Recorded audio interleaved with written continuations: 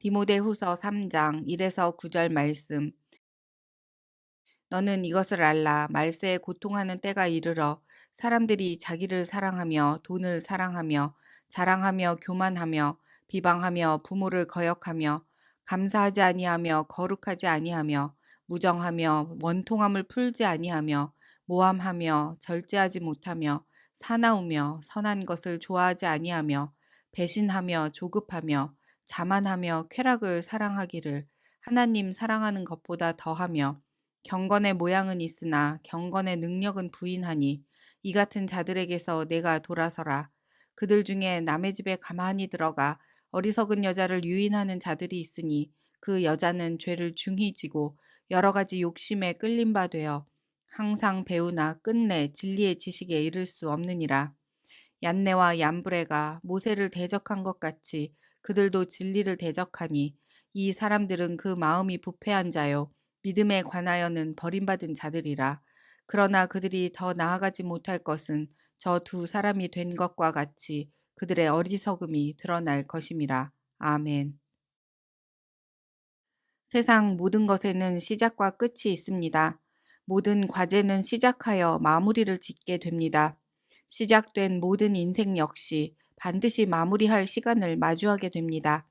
디모데에게 전해진 마지막 편지를 읽다 보면 바울을 시작하신 하나님께서 바울의 인생을 통해 참된 인생이란 무엇이며 그 마지막 때에 대하여 깊이 생각해 보라는 하나님의 마음을 느끼게 됩니다.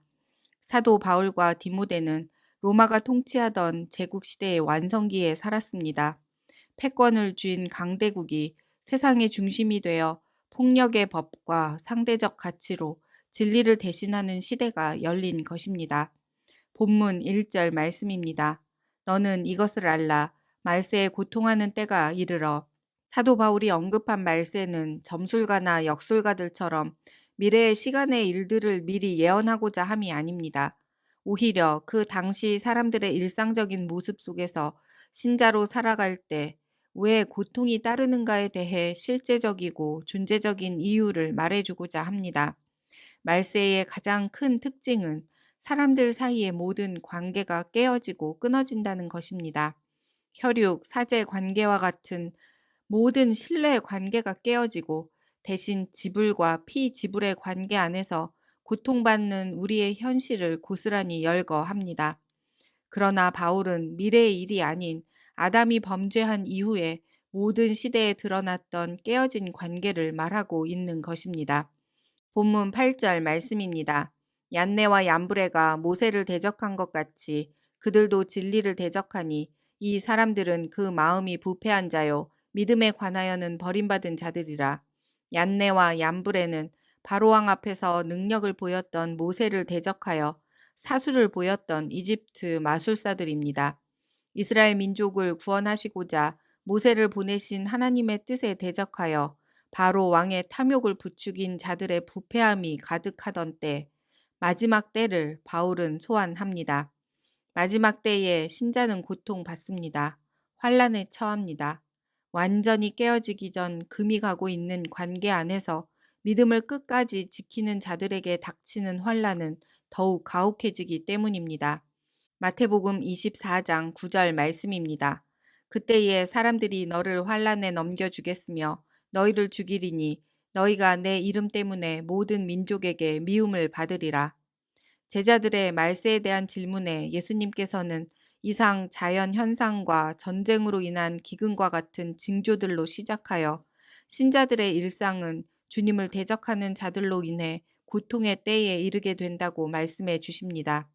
말세란 예수님께서 이 땅에 오신 때로부터 다시 오실 때까지의 시간을 말합니다.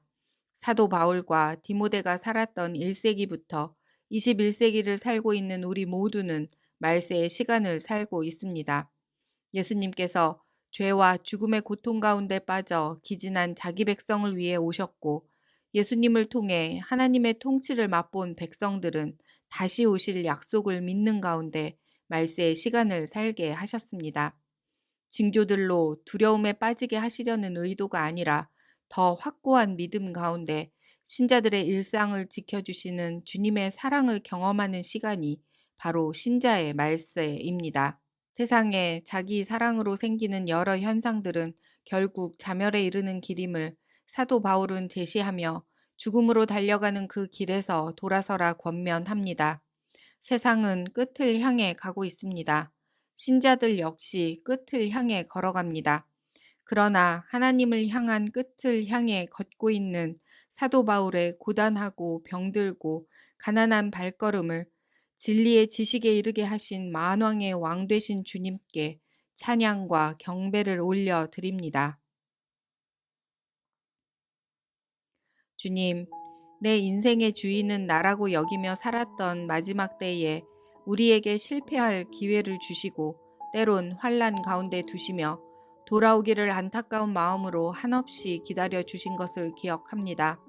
우리가 주의 자녀인 것이 확실한 것은 환난을 통과할 때마다 우리의 피할 산성이 되어 주시고 든든한 반석이 되어 주신 아버지 되신 하나님 때문임을 믿음으로 고백합니다. 돈을 사랑하고 자랑하며 교만하고 비방하며 부모를 거역하고 감사하지 않고 구별됨 없이 살아가는 세상 속에서 어떤 교회들마저 경건의 모양만 흉내낼 뿐 경건의 능력은 부인하는 이 마지막 때에 날마다 돌이켜 주님을 향하게 하옵소서. 약속에 신실하신 주님의 통치를 이 땅 가운데 펼쳐드리는 신실한 믿음의 사람으로 오늘도 살아낼 수 있도록 은혜 베풀어 주시기를 간절히 기도합니다. 반드시 다시 오실 예수님의 이름으로 기도합니다. 아멘.